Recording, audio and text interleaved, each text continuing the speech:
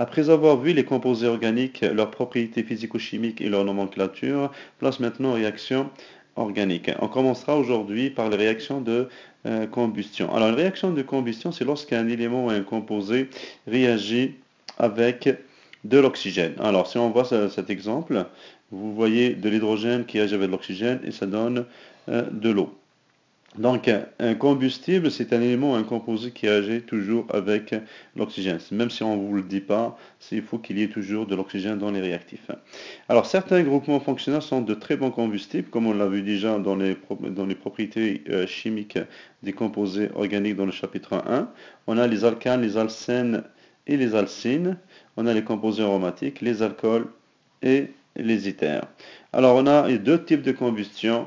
On a une combustion complète et on peut la reconnaître directement par la flamme bleue et la combustion incomplète qui donne une flamme jaune-orangée.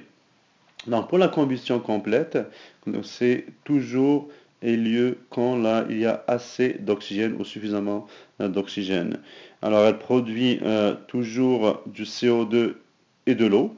Alors n'importe quel réactif qui réagit avec l'oxygène donne toujours du CO2 et de l'eau en cas de combustion complète. C'est le cas du gaz naturel que vous utilisez pour réchauffer la maison ou pour cuisiner.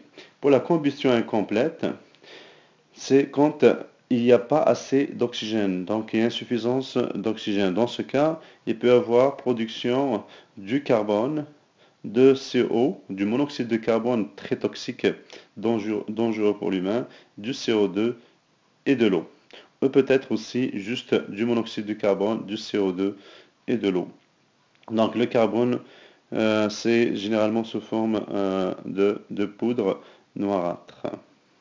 Le deuxième groupe de réactions organiques concerne les réactions d'addition, d'élimination et de substitution. Alors, si on commence par une réaction d'addition, dans une réaction d'addition, des atomes s'ajoutent à une liaison double ou bien triple. Alors, ici, tout simplement, quand un composé contient une liaison double ou bien une liaison triple, et on ajoute un composé ou des éléments, tout simplement, les éléments vont s'ajouter les éléments du composé vont s'ajouter sur la double liaison et ça va donner une liaison simple. Si c'était une triple liaison, ça va donner une liaison double. Exemple, ici, on voit l'alcène. On ajoute un composé quelconque qui est sous forme de XY. Donc, le X va s'ajouter sur le carbone qui porte la double liaison. Et l'Y, ça va s'ajouter sur l'autre carbone qui porte la double liaison. Alors, ça va vous donner un nouveau composé qui est sous forme d'alcane. Alors, si on regarde aussi, c'est le même principe, hein, c'est avec une structure condensée. Donc, CH, double liaison CH, XY, on ajoute le X et le Y entre les doubles liaisons. Ça devient une simple liaison. Donc, on passe d'un alcène à un alcane.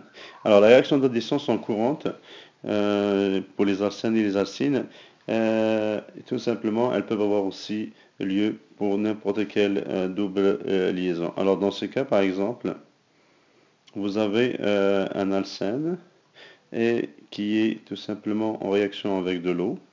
Ça va vous donner un alcool. Alors, ce qui se passe ici, c'est que le H de l'eau et le OH de l'eau se sont additionnés aux deux carbones qui portent la double liaison.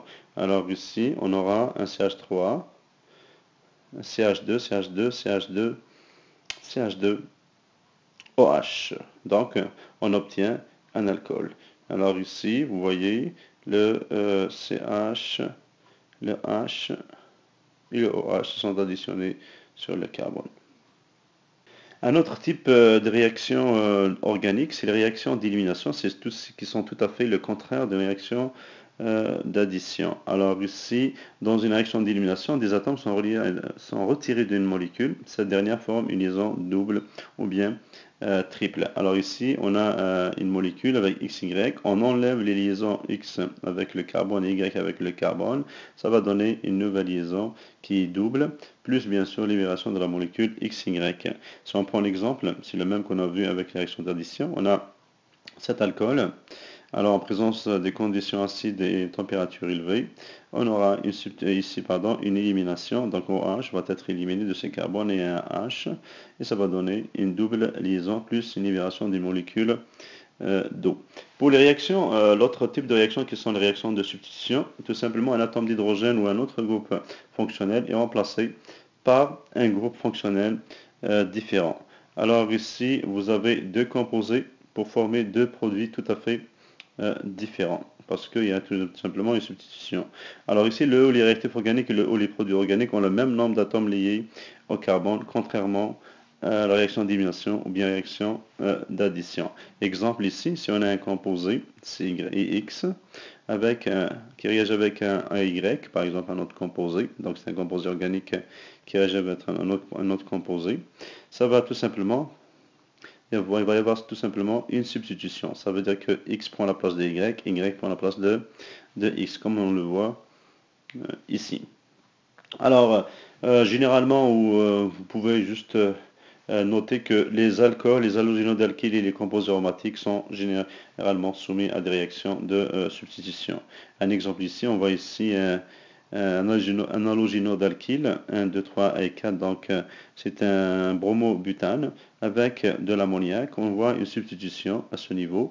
Le NH2 prend la place de Br et le Br prend la place de NH2, ce qui donne une amine plus tout simplement un acide HBr ou bien un acide bromohydrique. Donc ici, comme on l'a dit tout à l'heure, on va avoir un nouveau composé complètement différent du premier, et aussi il y a le même nombre de liaisons qui sont liées au carbone. En ajoutant du broméo ferrique comme catalyseur, le benzène subit aussi une substitution. Alors si on a un catalyseur sur un benzène, qui est le broméo ferrique dans ce cas, mais il y a d'autres. Donc on a par exemple le benzène avec Br2, il va y avoir une substitution entre le benzène et le brome. Alors le brome, un des atomes de brome, va prendre la place d'un H, et un H prend la place de Br, ça va avoir tout simplement un Br plus HBr. Donc vous avez un bromobenzène plus HBr.